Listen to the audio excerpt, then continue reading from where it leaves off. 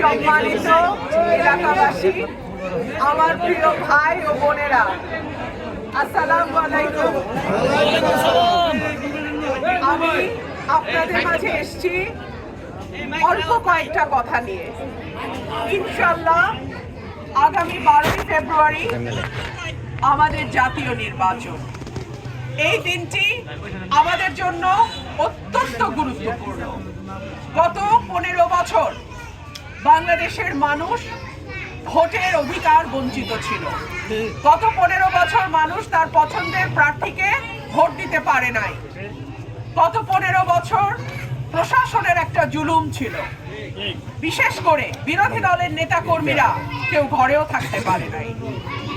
আশা করি আগামী 12 ফেব্রুয়ারি যে জাতীয় নির্বাচন হবে, এই সরকারের অধীনে তারা যে ওয়াদা করেছে নির্বাচন হবে নিরপেক্ষ, নির্বাচন হবে সুষ্ঠু, আশা করি এই নির্বাচনটি সরকারের কথা মতোই সুষ্ঠু, অবাধ, নিরপেক্ষ হবে।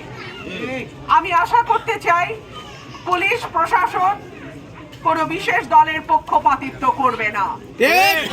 আমি আশা করতে চাই পুলিশ প্রশাসন, সরকার, নির্বাচন কমিশন দলীয় প্রার্থীর উপর আইনের প্রয়োগ যেমন করবে, স্বতন্ত্র নির্দলীয় প্রার্থীর উপরও আইনের প্রয়োগ সেরকমই। দলের প্রার্থীর উপর আইনের প্রয়োগ নাই, নির্দলীয় প্রার্থীর উপরে দফায় দফায় জুলুম, এটা যেন না হয়। আমি আরেকটা কথা খুবই বিনীতভাবে বলি, আমার এলাকার ভোটারদের নিরাপত্তা দেওয়ার জন্য যদি আমাকে জান দিতে হয়, আমি জান দিতে প্রস্তুত। আমার ভোটারের নিরাপত্তা আমার 1 নম্বর প্রায়োরিটি। আমার ভোটারের নিরাপত্তা দেয়া আমার প্রথম ফরজ। এরপরে আমি অন্য কথা বুঝবো। আমি সকলকেই বিনীতভাবে বলি, যার যার ভোট শেষে করুন, যার যার প্রার্থীর পক্ষে শেষে প্রচারণা চালান। নির্বাচনকে নোংরামিতে পরিণত করবেন না। জনপ্রিয়তা যার বেশি, মানুষ যাকে চায় সেই নির্বাচিত হবে। সেই কারণেই তো মানুষের দরজায় দরজায় আমাদের যাওয়া। আগামী গত 15 বছর নির্বাচনের জন্য মানুষের কাছে যেতে হয় নাই, অটো পাস হয়ে গেছে। এইবার যেন কোনো দল মনে না করে আরেক দল তো নাই, এইবার আমাদের অটো পাসের সময়। খবরদার, আমি আবারও বলি, হাসতে হাসতে বলি, খবরদার, সরাই লাশুগঞ্জ রুমিন ফারহানার আসন, এখানে কেউ স্বপ্নেও ভোট কারচুপির কথা ভাইব না। স্বপ্নেও কেউ ভোট কারচুপির চিন্তা করিও না। প্রিয় ভাইরা আমার, 12 তারিখ, ইনফ্যাক্ট 11 তারিখ বিকাল থেকে 12 তারিখ রাত পর্যন্ত 30 ঘন্টা আমি আপনাদের কাছ থেকে চেয়ে নিচ্ছি।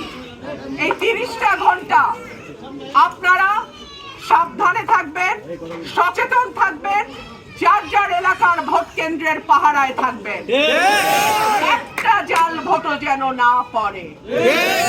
সঠিক ভোটে জয় পরাজয় নির্ধারিত হবে, মানুষের ভোটে জয় পরাজয় নির্ধারিত হবে। কোনোভাবেই যেন ব্যালট বাক্স ফলস বা মিথ্যা ভোট দিয়ে ভরা না হয়। কোনোভাবেই যেন দরজা লাগায়ে অনেকে পরিকল্পনা করছে সিল দিয়ে বাক্স ভরে ফেলবে। খবরদার, কয়েক হাজার মানুষের জীবনের বিনিময়ে মানুষের ভোটের অধিকার ফেরত আসে। মানুষের রক্তের সঙ্গে বেইমানির চিন্তাও যেন কেউ না করে।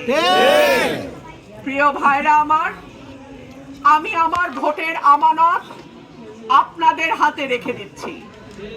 এই আমানত যদি আপনারা সহি সালামতে রক্ষা করেন, আল্লাহ যদি আপনাদের ভোটে আমাকে নির্বাচিত করে, আগামী 5 বছর আপনার এলাকার রাস্তাঘাট, ব্রিজ, কালভার্টের উন্নয়ন, আপনার এলাকায় খেলার মাঠ, ঈদগাহ মাঠের উন্নয়ন, আপনার এলাকার স্কুল, কলেজ, বিশ্ববিদ্যালয় সহ শিক্ষা প্রতিষ্ঠানগুলোর উন্নয়ন, আপনার এলাকার স্বাস্থ্য সেবার উন্নয়ন, বিনামূল্যে সরকারি স্বাস্থ্য সেবা নিশ্চিত করা, এই কাজগুলো আমি করব।